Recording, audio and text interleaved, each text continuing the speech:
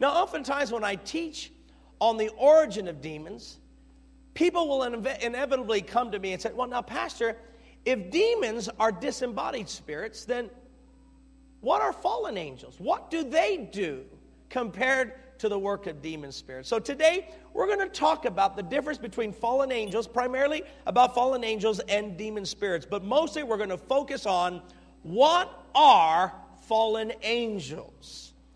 So here in Ephesians chapter 6, beginning with the 11th verse, let's start with the 11th verse. Put on the full armor of God so that you can take your stand against the devil's schemes. For our struggle is not against flesh and blood, but against the rulers, against the authorities, against the powers of this dark world. And, can you all say and? You mean there's some other spirits other than those in this world? Yeah. And against the spiritual forces of evil, where are they? In the heavenly realms. Notice there are two groups of spiritual entities. There are those who are in this world, in this earth, and who are those? Those would be demon spirits. Because they were born of this earth, and therefore they stay in this earth. This world is that's where demons operate. In fact, Jesus described demons not as winged creatures. He describes them as footed creatures. Remember, he even says in Matthew, he says, when a demon is cast out, it walketh through dry places. So demons apparently walk, yet fallen angels, they live in the heavenly realms. Therefore, they have to have the ability to fly. You see? So demons are limited to the earth. Remember when Jesus cast out demons from the madman of Gadara? The demons said, do not send us out of the area. Notice, they're not winged creatures where they can fly across the oceans. Rather, they are spirit beings that are limited to locations, and they said, don't send us out of the area. They wanted to stay here, stay in their location.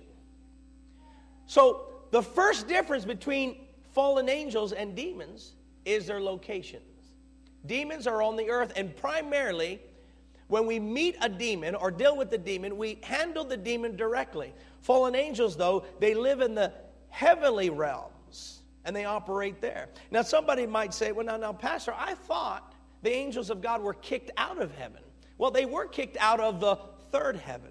See, Paul mentions in 2 Corinthians chapter 12, I knew a man in Christ, he was caught up to the third heaven. Now, how many of y'all know if there's a third heaven, there has to be a second and first heaven? You don't mention third heaven if that's the only heaven. You don't say, hey, this is my third boy. Really, what are your other boys? Well, I don't have any. This is just my third one. That don't make sense. If you have a third one, you got to have a first and second one. So if Paul speaks of God's throne as the third heaven, there has to be lower heavens than that. So I believe Paul is referring to what is called the second heaven. And he calls them heavenly realms. Notice that. He did not say we war against these spirits or these wicked spirits in heaven. No, he says in heavenly realms, in heavenly places, not the dwelling of God. So when God kicked Satan and his angels out of heaven, they were kicked out of the third heaven, which is the throne of God. But when God kicked them out of the third heaven, he did not clip their wings so they fell to the earth. They still have their wings. They still fly. So it might be surprising to find out that fallen angels still have their wings, while demons are not winged creatures at all. They're just disembodied spirits. So they operate in different realms. I like to describe it this way. In our military, we have the Army, ground troops, and then we have the Air Force. Now, which is more powerful, the Air Force or the ground troops? Well, we all know that the Air Force is always more powerful than anyone on the ground because they are over them and they're able to fire at them, and there's very little that the ground troops can do to these fighter jets. Now, fallen angels resemble the Air Force.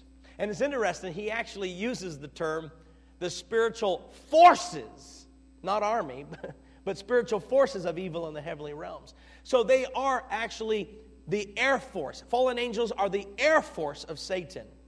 And so they are over people, cities, churches, nations, and they're trying to control their area. They actually are able to control a certain area. When they try to control an area, they do it to provide the ground troops, demons, the ability to control people's lives.